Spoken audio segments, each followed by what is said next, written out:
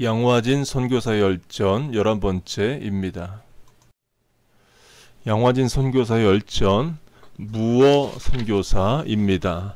백장 전도의 개척자, 백장 해방운동의 지도자, 사랑의 사도로 존경받는 무어의 무덤은 다른 선교사들의 무덤에 비해 너무 초라하고 간소하다. 그의 비석은 한국 전쟁 당시 군데군데 총탄을 맞아 글자가 지워진 데가 있어 더욱 애처롭다. 비석 앞과 뒷면에는 국문과 영문으로 각각 비문이 새겨졌는데 장로회 선교사 모 삼률 기념비라는 비석에는 1892년 내한하여 1906년 48세 때에 별세하였다는 기록과 조선 인사를 사랑하였고 또 그들을 예수께로 인도하기를 원하였나니라. 저의 수고를 그침에 그 행한 일이 또한 사랑하였느니라. 조선 사람을 사랑하였고 또 그들을 예수께 인도하기를 원하였다. 이제 저의 수고를 마쳤으니 또한 그 행한 일을 따라야 할 것이다. 1906년 한글은 지금의 한글하고 많이 다르네요. 짤막한 비문이 새겨져 있다. 그러나 영문으로는 예수 그리스도의 충복이라든가 아름다운 인격과 정신의 소유자라는 조금 더 구체적이며 절실한 표현으로 되어 있다. Dedicated servant of Jesus Christ, beautiful in character and spirit. 무어에 대해서는 상당한 조사기간이 걸렸다. 그의 한국어 이름이 비석에는 모삼률로 되어 있어 일반 문헌에 나타난 모삼열과는 거리가 멀기 때문이다. 그의 무덤이 정말 확실한지 여부를 가려낼 필요가 있었으며 또한 무어에 관한 영문 기록도 그리 많지 않기 때문에 더 시일을 두고 조사할 필요가 있었기 때문이다. 그러니까 무어가 이제 미음으로 시작하니까 한국 이름을 이제 모삼률 이렇게 지은 겁니다. 그러던 중 다행히도 32년 만에 모국을 찾은 임순만 목사를 만나게 되었다. 임 목사는 오래전부터 무어 연구에 힘써왔으며 또한 그를 통하여 마르다 헌틀리, 마르타 헌틀리, Huntley의 책 한국 선교 초기사 Caring, Growing, Changing, A History of the Protestant Mission in Korea가 나왔다는 사실과 그 책 속에 무어의 약전이 실려 있다는 것을 알게 되었다. 또한 무어의 비석을 다시 확인하기 위하여 양화진 외인 묘지를 찾아갔다가 그 묘지의 관리인으로부터 Donald N. Clark, C-L-A-R-K가 펴낸 양화진 서울 Foreigners Cemetery, Korea, An Informal History를 얻게 되었다. Samuel F. Moore, M-O-O-R-E의 출생지는 알려진 바가 없다. 1846년에 태어났고 맥코믹 신학교, 미국 장로교의 신학교입니다. 맥코믹 신학교를 졸업한 뒤 46세 때 그의 아내 로즈 엘리와 함께 북장로교 선교사로 내한하였으며 1906년 12월 20일 작고했다. 불과 14년의 짤막한 선교 활동이었지만 그의 선교 공헌은 그야말로 혁혁한 것으로 헌틀리는 세계를 뒤집어 놓은 사건 Turning the World Upside Down 이라는 제목으로 그의 행적을 썼으며 무어가 이룩한 한국의 백장 해방 운동을 높이 평가하는 가운데 링컨 대통령의 노예 해방 선언을 얻은 흑인들의 기쁨은 결코 한국 백장들의 그것보다 더 큰 것이 아니었다라고 했다. 그러니까 백장을 위한 노력, 이게 백장이 이제 백정을 말하는 겁니다. 무어는 1892년 선교사로 내한한 즉시로 우리말 공부에 커다란 열의를 보여 동료 선교사들을 놀라게 했다. 그는 자기 집에서 여러 마일 떨어진 조그마한 집에서 살았다. 우리말을 빨리 익히기 위해서는 외국인들과 동네 구경꾼들을 들로부터 격리될 필요가 있었기 때문이다. 그는 우리나라에 도착한 수주일 안에 자기 집 식모를 신자가 되게 했으며 6개월 만에 우리와 우리말로 대화하고 교회에서 기도할 수 있을 만큼 어학 실력이 향상되었다. 하나님이 주신 재능이기도 하고 노력이기도 합니다. 저는 96년부터 미국 살았는데 영어로 기도하는 일이 굉장히 어려운데 이 무어 선교사는 한국에 온 지 6개월 만에 이제 한국어로 기도를 할 수 있게 되었다고 말합니다. 그는 매일 아침 20명, 30명의 사람들과 만나 교제하면서 그들에게 성경을 가르쳤다. 매일 오후에는 서울 거리에도 나가고 한강 어귀에 있는 시골 마을에도 나가 전도를 했다.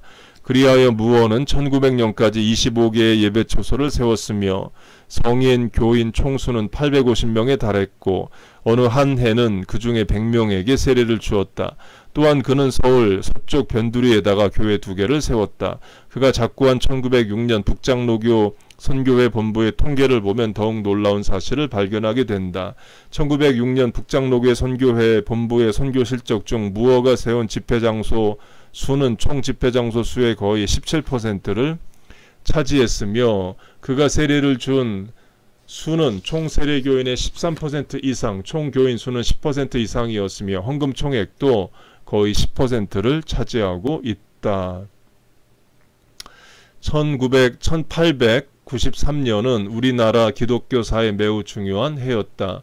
이 해에 선교사들이 처음으로 선교사 공의회를 조직했으며 이 공의회는 선교 정책을 세우는 가운데 모든 문서 사업은 한자의 구석을 벗어나 순한글로 사용한다는 결안을 채택했고 장로교회로서는 2번째 교회가 설립된 해이기 때문이다. 이 교회가 바로 무어가 세운 곤당골 교회이다. 이 교회는 그 뒤 승동교회로 발전하였다.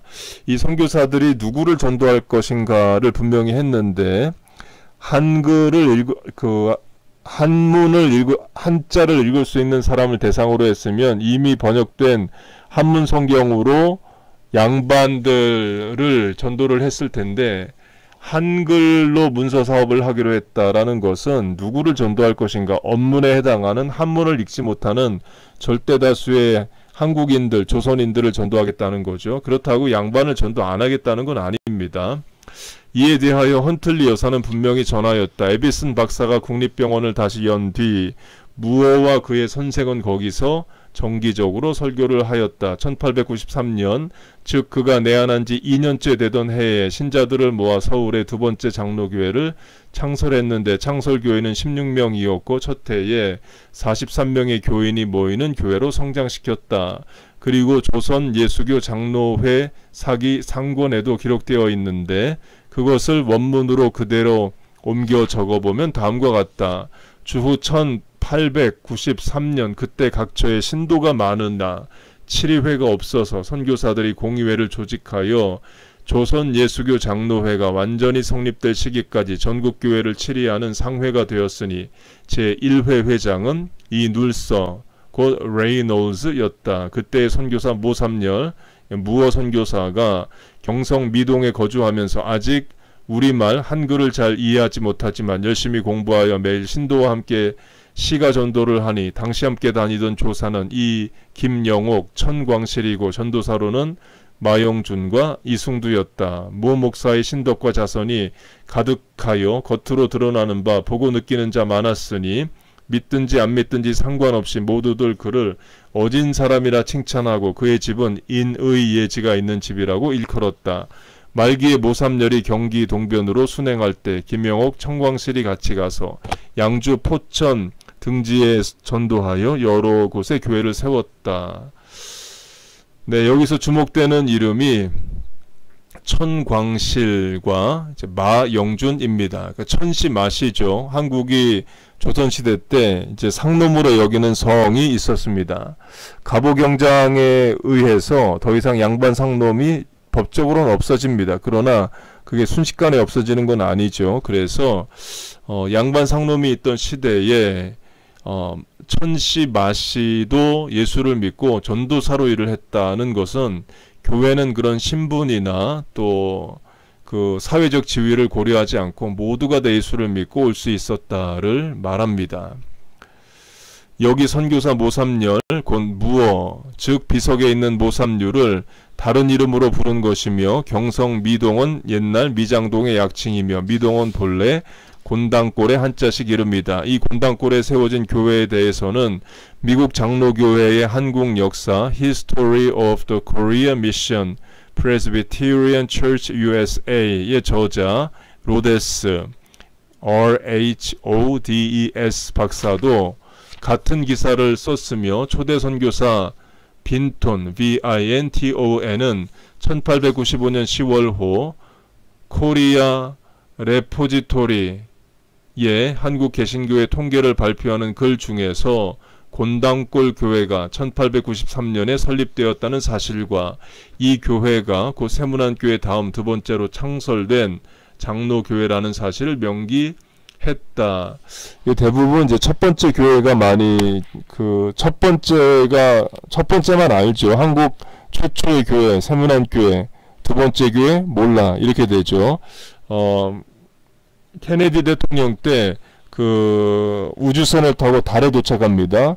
처음 내린 사람 암스트롱, 두 번째 내린 사람 몰라 이렇게 되죠. 그러나 두 번째도 중요합니다. 올림픽으로 하면 금메달만 훌륭한 게 아니라 은메달도 훌륭해요. 그런데 은메달 따면 막 울고 그러죠. 금메달 못 땄다고 해갖고 막 실패한 것처럼 해서 고개 숙이고 공항에 들어오고 그러는데, 사실은 운동을 해서 국가대표가 된다는 것도 어마어마한 영광입니다.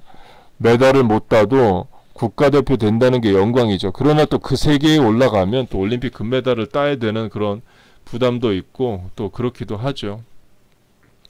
백장의 역사, 그러니까 백정을 말하는 겁니다. 근데 표준어가 백장이라서 이제 백장으로 나옵니다. 백장의 역사, 백장 전도와 백장 해방운동에 관한 서술에 앞서 먼저 우리나라의 백장의 역사와 사회적 지위에 관하여 말할 필요가 있다. 알다시피 우리나라에도 인도의 카스트와 같이 양반, 중인, 상인, 천인의 4계급 제도가 있었다.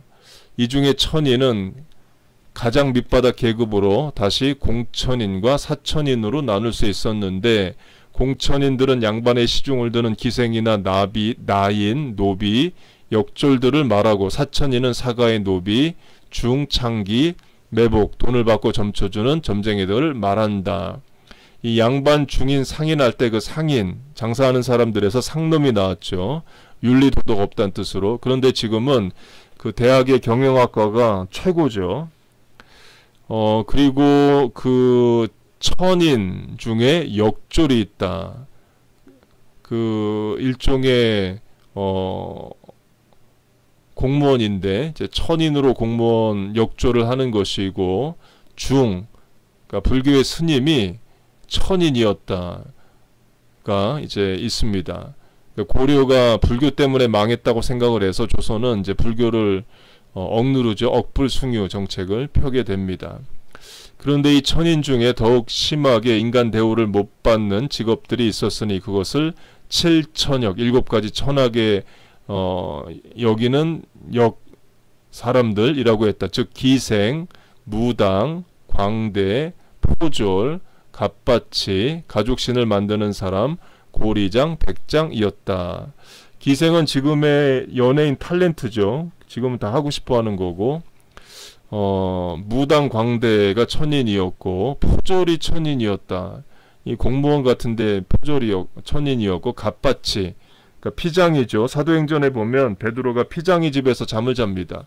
이 피장이는 유대사회의 천인입니다. 그런데 베드로가, 존경받는 예수님의 수제자 베드로가 피장이 시몬의 집에서 잠을 잤다라는 것은 이 초대교회에서 누구를 전도할 것인가를 분명히 말을 하는 겁니다.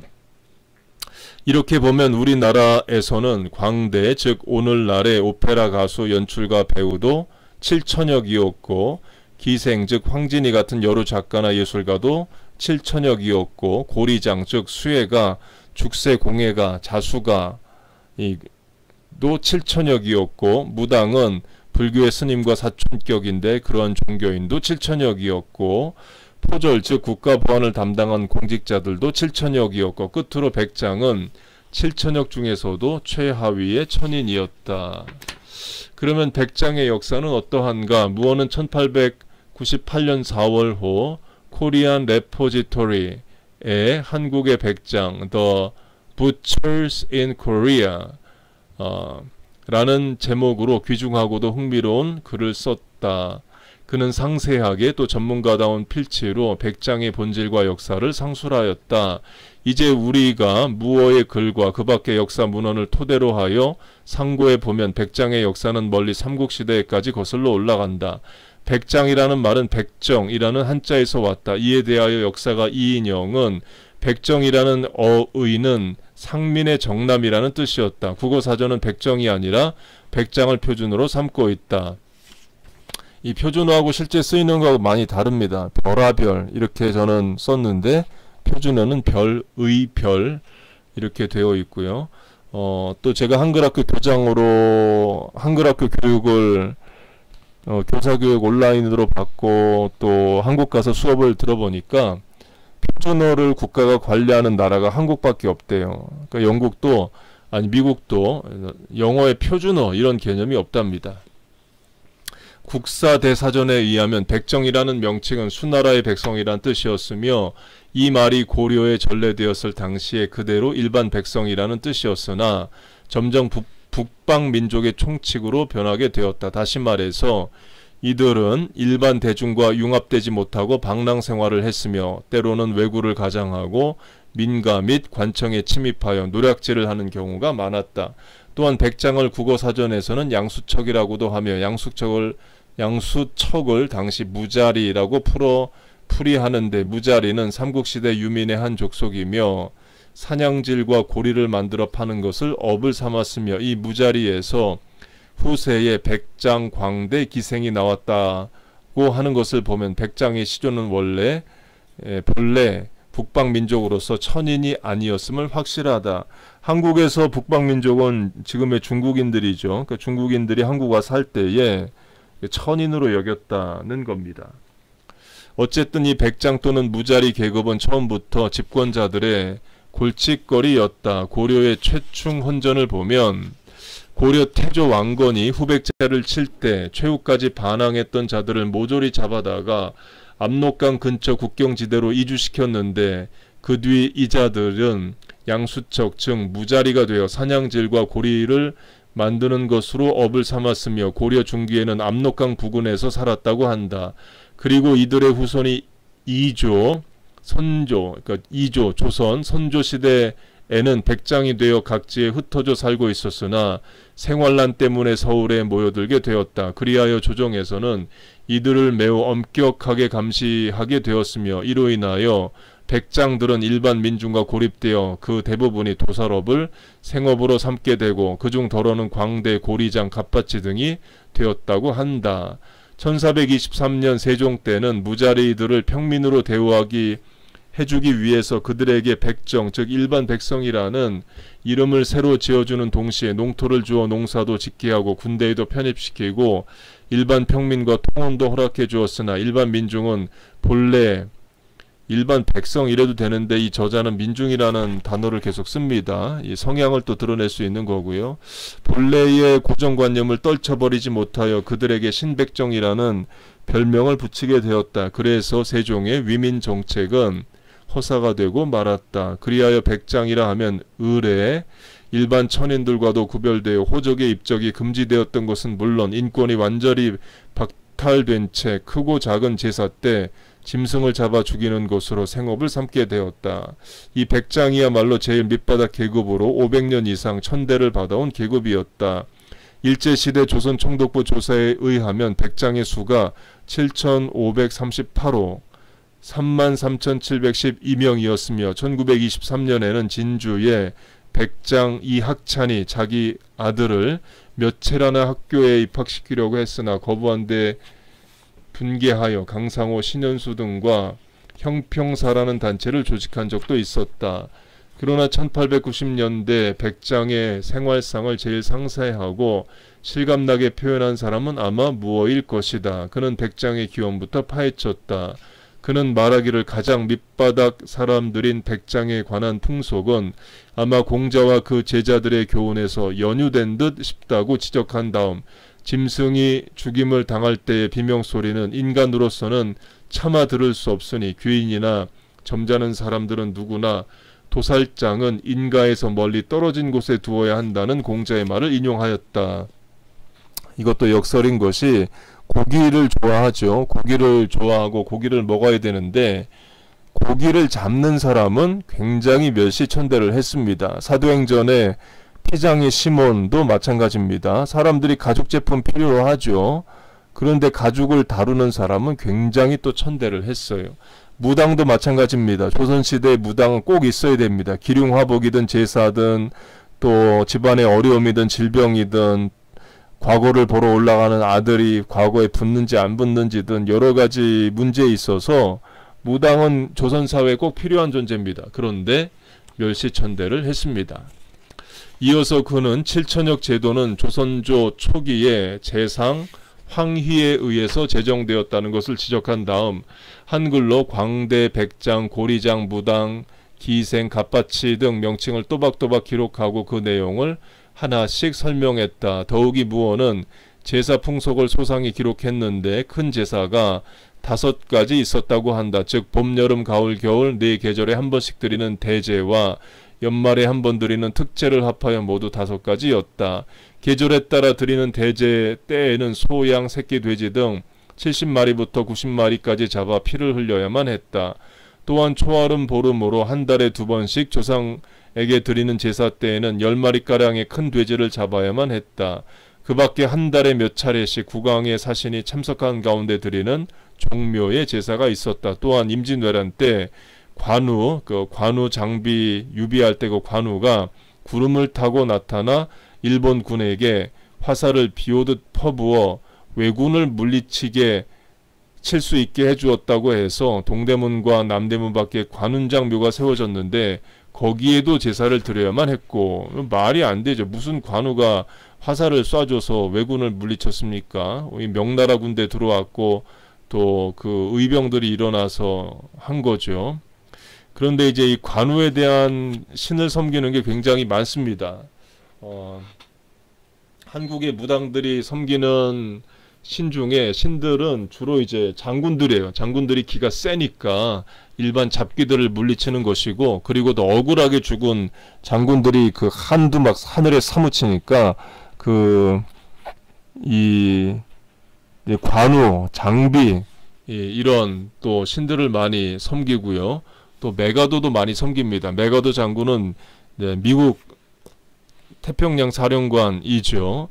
그 한국이 경험한 서양 최대 전투력의 국가는 미국입니다. 그래서 그 미국 장군 메가더를 신으로 섬깁니다. 1년에 2번 공자묘에 드리는 제사와 한울림에게 드리는 천제가 있었다. 그리고 나라의 가뭄이 들거나 장마가 지거나 겨울 날씨가 너무 추울 때도 천제를 면하기 위해서 기우제 같은 제사가 있었는데 이때 국왕이 직접 집례를 했다. 이런 5만 가지 제사를 위하여 백장들은 짐승을 잡아 죽이는 일을 도맡아 했다. 결코 쉬운 일이 아니었다. 왜냐하면 직업정신에 의해서 할 수도 있겠지만 생명을 취하는 일입니다. 그래서 돼지든 소든 양이든 생명을 취하는 일은 그렇게 기분 좋은 경험이 아니에요. 근데 바꿔 말하면 구약시대 제사장이 하는 일이 백장과 비슷합니다. 사람들이 재물을 가지고 오면 소, 양, 염소, 비둘기를 잡아서 죽이고 배를 갈라 내장을 빼고 살코기만 제단에 올려 향기로 하나님께 드리는 일을 했습니다. 제사장들이 가장 많이 맡는 게 피냄새고 성전 바닥에 흐르는 건 피입니다. 제사장들이 하는 일이 이제 그와 같고요. 바꿔 말하면 어느 한 사람이 죄 문제든 또 화목의 문제든 그 짐승을 제물로 가지고 옵니다. 그러면 그 사람이 보는 앞에서 제사장이 짐승을 잡아요. 방금 전까지 살아 있었습니다. 생명이 있었습니다. 그런데 제사장에 의해 그 생명을 가진 짐승이 죽고 붉은 피가 흐르고 땅바닥에 나오고 내장이 쏟아지고 살코기가 불에 태워서 향기로 드려지는 것을 시각적으로 보고 피냄새를 후각적으로 맡는 것을 보면 두려운 거예요. 생명이 사라진다는 건 두려운 겁니다. 예수님이 그렇게 십자가에서 돌아가시죠.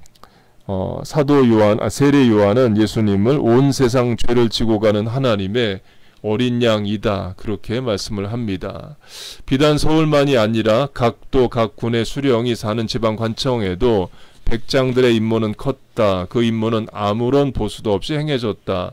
보수라고 한다면 세금을 안 내는 데 있었다고나 할까. 세금을 백정들이 안 냈다는 것은 권리가 없다는 것도 동시에 포함이 되는 겁니다. 그러나 사실 따지고 보면 그들이 세금을 안 낸 것은 사람 대접을 받지 못하여 호적에 올라있지 않기 때문이지 보상이나 보수의 형식으로 특혜를 받아 그렇게 된 것은 아니다. 이 호적의 재밌는 이야기를 말씀을 드리면 그 한국 동요 중에 아들, 손자, 며느리 다 모여서 이렇게 해서 아들, 손자, 며느리로 며느리가 손자 밑에 갑니다. 그러니까 저희 아버지가 호적 옛날에 보시면서 진짜 그 동요대로 아들 다음에 며느리가 아니라 아들 다음에 손자, 며느리가 밑으로 가는 걸 봤어요. 바꿔 말하면 그 며느리에게는 성을 주지 않죠. 미국은 결혼하면 남편 성을 따르지만 한국은 결혼을 해도 성을 주지를 않습니다. 이게 뭐 여성 인권을 보호해서 조선시대에 여자도 성을 갖게 했다 그게 아니라 며느리는 외인인 거죠. 그래서 성을 안 주는 거예요.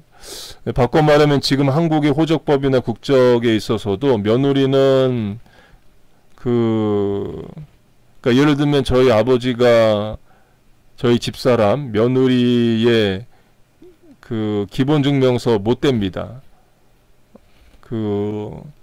뗄 수는 있는데 엄청 복잡해요. 하루 종일 걸립니다. 그러니까 며느리가 호적으로 김씨 집안에 오지만 정식으로 인정을 못 받는 거죠.